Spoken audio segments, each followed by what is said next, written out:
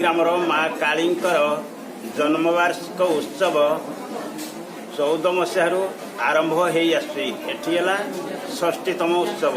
प्रथम नाम संकीर्तन करी जाती कलसी आने कलसी आनी आस्थान उपर स्थापन करती।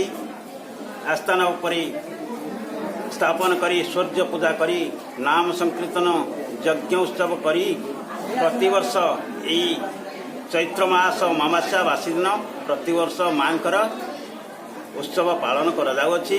एणुकरी बहुत लोक समागमन होती अरुआन्न भोग करा जाए सेवन करती। माँ काली समस्त को दयामयी समस्त हृदय सी विराजमान करी समस्त को आश्वासना दियंती। तेणु मोर कहबार एतिकी जन्मवार्षिक प्रतिवर्ष एहिपरि पालन करा जाउछि।